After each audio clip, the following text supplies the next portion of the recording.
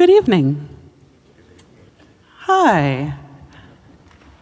Do I have to press a button or anything? No, it's ready to go. It's ready to go? Okay. Yeah. I'm Christa Wessel, and I'm the early morning host at All Classical Portland. Though I don't know whether you've been listening this last week, I've been on in the afternoons. This last week, I am so alert. And I'm just this ball of sunshine. Like I've got more energy than I know what to do with. And I'll be on the air in the afternoons for the next couple of weeks. Is that you, Warren? My colleague Warren Black is just walking down the aisle right now. He's filling in for me in the mornings the next couple of weeks. So if you're a regular listener to All Classical Portland, we're doing a fun little switcheroo. Hi, Warren. This right here, lest I forget, this fellow right here is Vali Phillips. He's a member of the violin section of our Oregon Symphony. Welcome. Thank you very much. Although I introduced you as Vali. Most people just call me Val. Like Joe Berger says, Valet! But that's about, most people just say Val. Yeah. Joe Berger is a member of the horn section. That's right, yeah. Val and I had lunch yesterday, and you told me that your first name has a hidden meaning. Can you tell that story? Well, it's an Arabic name meaning guardian. Valley. Did you say Valley or Valley? Well, in America you just say Valley. But yeah, it's probably more like Vali if you want to get technical about it. Yeah. So Guardian Phillips Guardian, is here with us. Yes. And if you have attended these pre-concert talks before, when I get the luxury of chatting with a musician of the Oregon Symphony, I prefer to get to know the person as a human. I feel like that. Rather than talk about the repertoire, which tonight is relatively standard, I want to get to know Val, and I think that helps engender a kind of closeness to the symphony. So if you don't mind, we'll spend the next half an hour talking about Val and his life and what got you to Oregon. And you've got a very interesting life. So how long have you been a member of the Oregon Symphony? This is my 6th season. Has it been 6 years already? Well, holy! I've completed 5 seasons. Okay, so you're in here. We moved here in the summer of 2012. That has flown by. Yeah. Have any of you been to any classical up-close concerts? That's when the Oregon Symphony goes to free chamber concerts. Yeah, there's a few hands. Val is really involved in that. You've probably seen him there. And you also teach occasionally. You've got your... Yeah, I just have, students kind of come and go because, they go off to college. And so I do have a few high school students, but primarily I coach people in how to take auditions, which I don't know why that has happened. It doesn't really make much sense to me, but the same thing happened. We used to live in Minnesota, in Minneapolis, and lived there for a number of years, and the same sort of thing happened where even though I didn't advertise teaching this way, after a while people would just come to me for coaching to prepare to take an audition because it's a completely different style of playing, a different type of mental prep, and it's hard to describe it. Well, I'm going to ask you to describe it because I guess auditioning is like a job interview, sort of. No? No. Okay. Can you describe the torment of auditioning and how it might differ from a job? A job interview, which I've never actually been on one, right? You've never had a job? No, but if you think about it, it's like a musician never sits down and has a job interview where they look over your resume and discuss it and ask you questions about where you've been, what you've done. They just say play. So it's not really the same thing. There's really no, just relax, be yourself, sell yourself, but not too much. An audition is primarily behind a screen. Meaning the judges can't see you. They can't see you at all. I don't know how much you've heard about musicians describing audition taking, but they can't see you because you're behind a curtain or some sort of partition. They even put a runner out, a carpet out, so that they don't hear women's heels click, and then they could tell the gender of the candidate. So they can only hear somebody playing. You're not supposed to speak at all. If you have a question, you whisper it to the proctor, the go-between, if you will, and that person will then take the question to... Wow. Yeah, because they really don't want to have any sort of sexism in the auditioning process. It's good, yeah. So when it comes to you coaching people on how to take auditions, what are you doing? Well, that's why they come to me, because you can't answer it in just 2 seconds, but I can. There's, let's say if you're, like tonight, someone's playing a cello concerto. That would be Johannes Moser. Yeah, someone, just average cellist. When you play a concerto, let's say you're a little bit tight, and I'm not saying this is going to happen to tonight's cellist, but to us mere mortals, this thing tends to happen, where you're just a little bit tight, and maybe it takes you 30 seconds, 3 minutes, 5 minutes, whatever, to relax after the initial, I'm on the stage and I'm playing, and then you kind of enjoy the rest of the concert. An audition, you have to sound your best right away. And you don't have this luxury of getting into the piece, because they only want an excerpt of the piece. So they may only want to listen to a minute of something, or 30 seconds of something, a minute and a half, something else. All different styles, and they want it right away. So.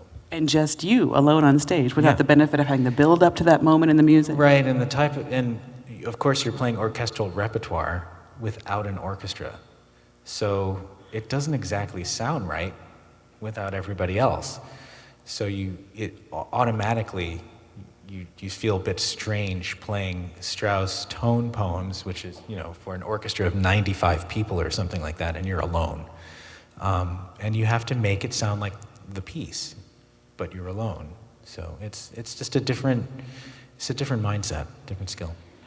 Yeah, and it seems to me like to have to be on the spot like that, the minute they say go, and to play your heart out and do your best, it must take a lot of mental preparation. And when you're coaching people, your students, on how to take an audition, are you coaching them? Are there some common pitfalls? Oh, yeah. Oh, really? Oh, I mean, there's so many. I mean, one of them is that people have this impression that, well, you can't get a job unless you're note perfect. Once I make a mistake, then it's over, which is just absurd. Everybody makes a mistake at some point. The way I describe it is, if anybody's watched Olympic figure skating, so when you watch the skater, there's something about their body language where you get this bad feeling, and then they fall or trip up and you go, ooh, I knew it, I just knew it, And then there's somebody else, they look confident, they carry themselves in a certain way. You don't know what it is, but you know it when you see it. And then if they fall, you're surprised.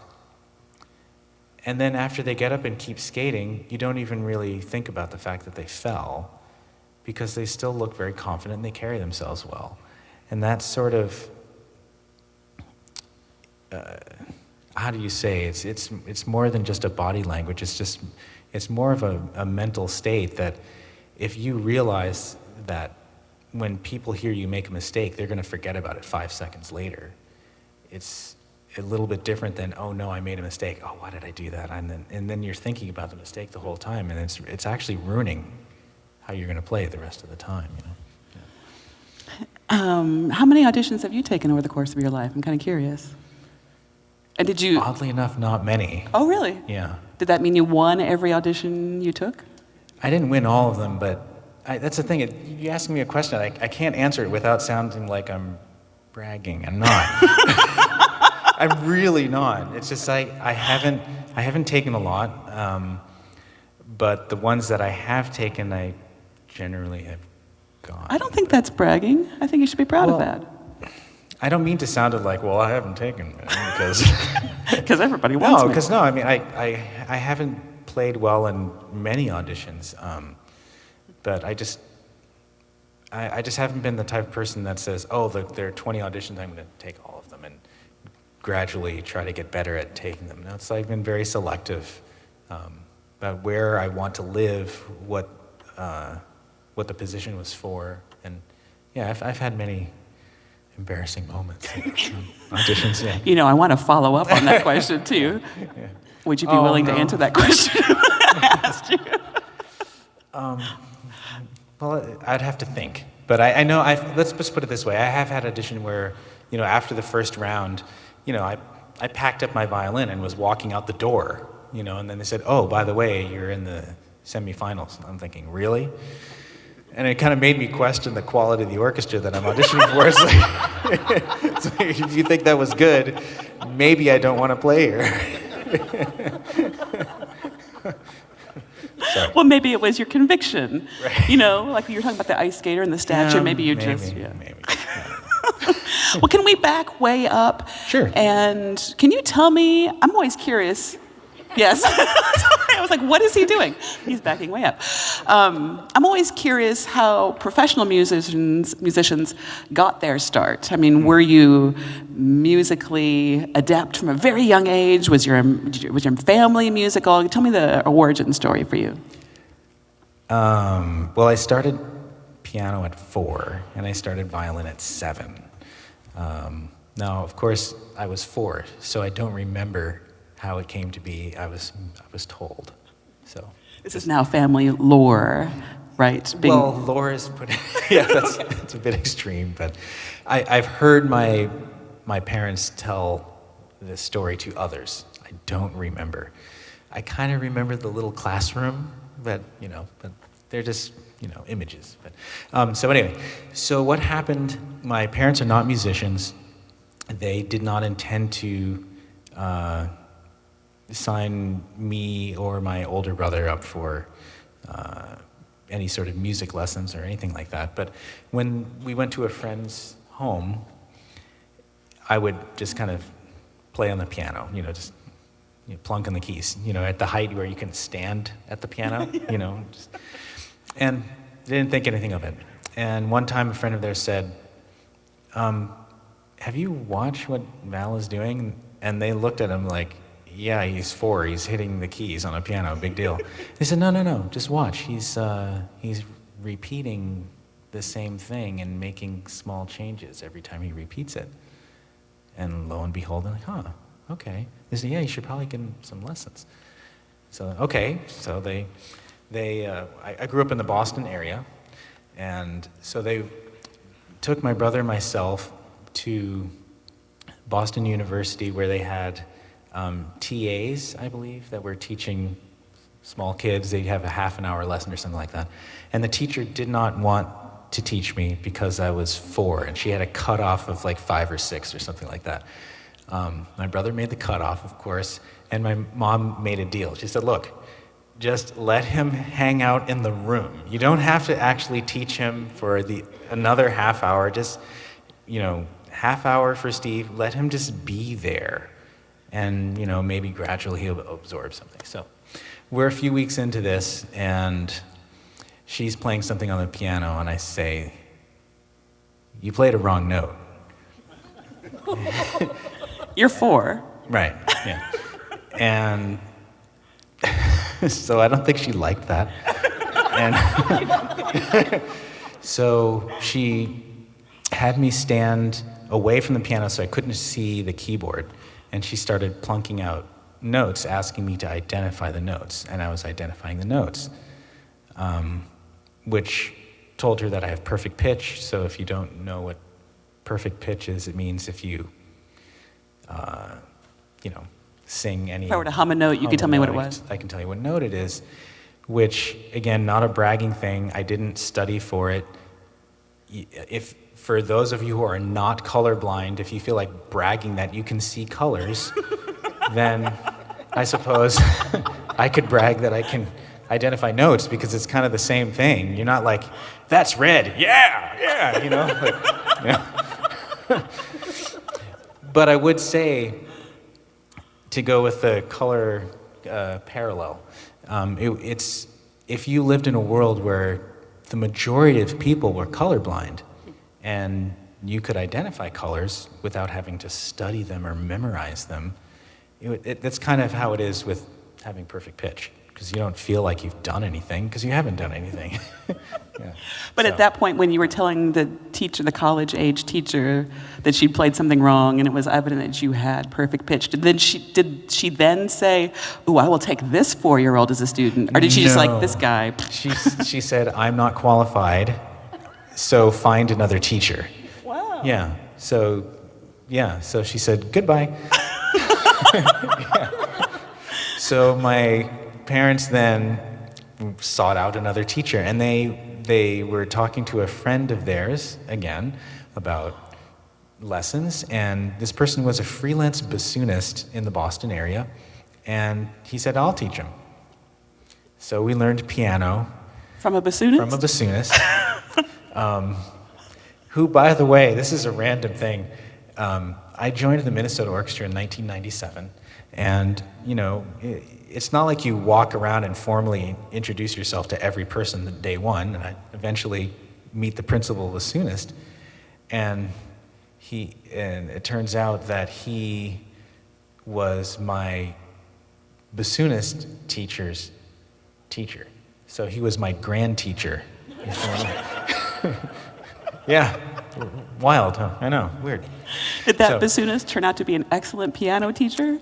He was not an excellent piano teacher, but he was an excellent music teacher. So what he did, his philosophy was, instead of teaching an instrument and then later on saying, "Oh, by the way, here's how music works," he taught us how music works with a keyboard in front of us so that we could see what these notes actually were. It's very easy on a keyboard to understand, say, intervals and harmony, because when someone says that's an octave or a fifth, you see it in front of you. There's a distance to gauge, whereas you can imagine on trombone, you don't see it the same way.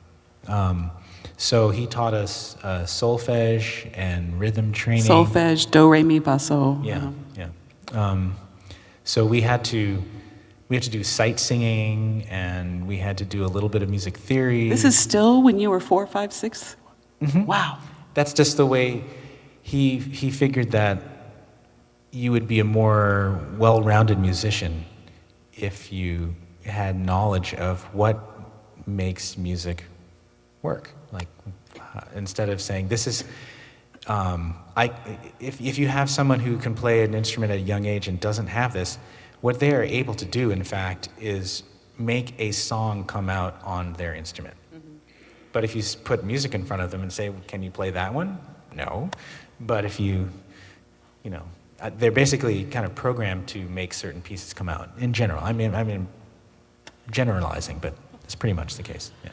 So this is all piano education, but you're a violinist now. So when did that transition occur? Oh, I was so much older. Remember, I was 7. Practically an old man, yes. I've been doing it for years. Okay, you asked about an embarrassing audition. I can tell you about an embarrassing performance. So I'm 5, and I'm playing not a full-length recital, because you don't at 5. You have a recital where you play something and somebody else plays something, and So I go out there to play, and I have to memorize my little piece. And I walk out there and I go to play it, and I sit down, and I get halfway through and I lose my place. And so I start again.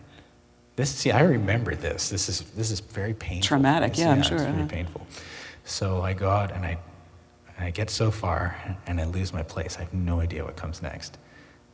So I try again. Is this the third time you started over? I start over again, because this is what my teacher said. It's like, don't worry about it. If something goes wrong, just keep playing. If you can't keep playing, just start over. It's okay. From the teacher's perspective, you're 5. It's fine. Just keep playing. People are there to support more than actually get entertained, right? Right, exactly. So this third time through, I get to the same place. I have no idea what comes next. So I just stop. And then I yell out, and I smash the keys with my fists, and I run off the stage. So there's my parents, they taped the recital. So what you hear is this like, And then, yeah. And then I refused to come out and take a group bow with everybody. Like all the kids come out and bow at the end of the recital. Like 12 kids come out. And I was so embarrassed. I wouldn't go out. I refused. Aw. Yeah. But I have to give you credit for persevering through 3 iterations before you gave up. Yeah. That's impressive. Yeah. And that's why I play violin. I was going to say, can we get on with the story now? How did you go from being a temperamental pianist to a violinist? Yeah, that was my reputation after all. Well, it was actually my piano teacher's suggestion that I take a string instrument. Having perfect pitch, it's certainly not wasted on piano, but you're not responsible for playing in tune on piano. You're responsible for striking the right key. If the piano tuner tuned it, then you're in tune. And so he thought, string instrument were really good. And again, my parents were talking to a friend, and they mentioned this, and the person said, "Oh, my brother's a violin teacher," and so I started taking violin. Yeah. So that makes the most sense. I'm trying to think what other instrument would be good for those with perfect, like trombone, I suppose, would be good for somebody with perfect pitch, knowing exactly where that slide lands. I don't know how a trombone works, so I don't know. Honest. You've seen them on the stage, I've though, seen right? it. Yeah, but see, like on piano, like everything goes in order. Da na na na. But if you could imagine what it looks like on a trombone, it'd be like da na na na ni na na na. It's like, how do you get a scale out of that? And you watch, it's like you would think it would be like da da da da da, but it's not. So I'm amazed that they. And when they have something fast, I just don't get it. Have you watched a trombone player play something fast? Yeah, they look like they're like spasmodic, yeah. What are you doing? But, I'm sorry, it's a mystery to me.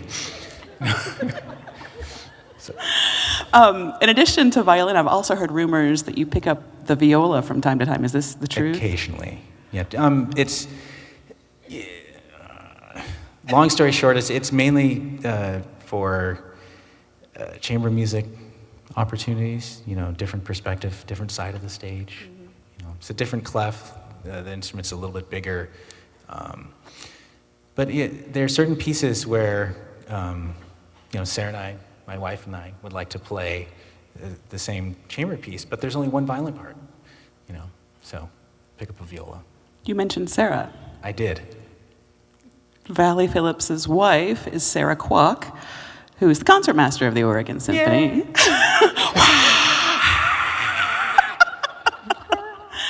And the two of you arrived here at the Oregon Symphony at the same time. Mm-hmm. 2012. 2012. Mm-hmm. And you mentioned the Minnesota Orchestra. You met in the Minnesota Orchestra. I had a cup of coffee before I came out here. I'm very wound up, yes. Yes, when I got the job there, I was the principal second in Minnesota Orchestra, so Chen's chair. And Sarah was second chair in the first violins, so, I sat right here, and she sat right here, but we were on different stands, so, yeah, it was nice. It's a romantic story. It is. Either that or it's like a story of proximity or something, which just sounds terrible, No, I like it. I mean, you sit next to one, and you were in this orchestra together, sitting side by side for, what, a decade or something? How long? Well, I mean, I was in the orchestra for 15 years, and I probably spent 10 of it as principal second. But I think maybe the last 2 or 3 years, maybe even 4, you just forget. I'm sorry.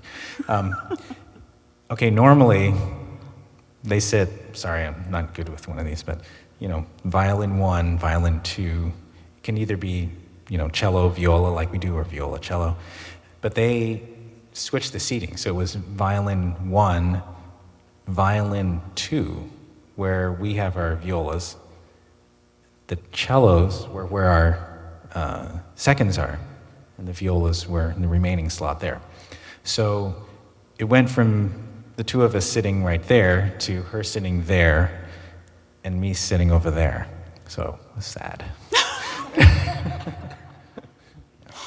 So you moved to Oregon. Yeah, pretty much. I'm kind of curious. There are a number of couples in the orchestra, and I'm Yes. wondering if there are benefits to being married to a fellow musician, or are they mostly drawbacks to being married to a musician? If there were drawbacks, do you think I would mention them here? She's probably listening. It's terrible. Hi, Sarah. Oh. No, it really depends on who you are. We really like working in the same place. We like commuting. Some couples just like doing things separately, and that's just not us. So even running errands, we'll do that. It's just, I don't know. I don't understand